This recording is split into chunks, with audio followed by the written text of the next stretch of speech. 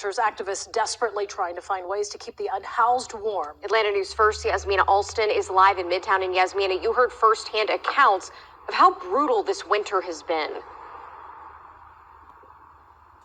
That's right. So many stories of unhoused people going to the hospital for cold-related injuries and sickness, but then having to go right back to living outside in those same cold elements.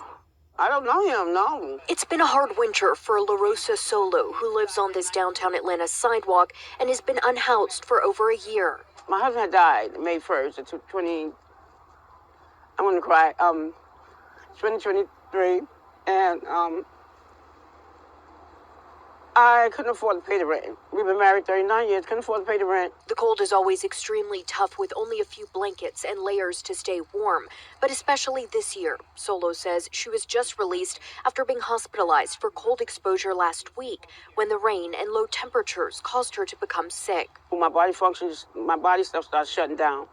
We had nowhere warm to go to, nowhere dry to go to. It's stories like this and the experiences of the many other unhoused people who live on this stretch of road that keep activists like La Pink going. It's a 30. She handed out clothes and food on Tuesday to prepare everyone for the upcoming dip in temperatures. To bring the understanding that you're not next.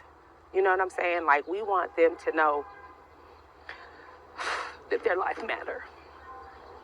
That their lives matter, that they don't have to die for it to matter. La Pink says there's a desperate need for more to be done to help the unhoused, not just in the cold, but year-round. Just last month, Cornelius Taylor was killed as city crews were clearing out an encampment. Atlanta Mayor Andre Dickens has highlighted efforts by his administration to care for the unhoused, including committing more than $60 million toward providing housing to those in need. For Solo, every second in the elements matters. We all could have died out here, and that where was the people when we needed them to at least help us get us out the rain, to take us to a shelter, a dry place, not just only when it's 32 degrees, it's also 32 degrees soaking wet. And activists say that every bit of assistance helps, whether that's food, blankets, or clothing. And that's what they were handing out today. And this particular group, they meet every Sunday in downtown Atlanta at the intersection of Central Avenue and MLK to do just that.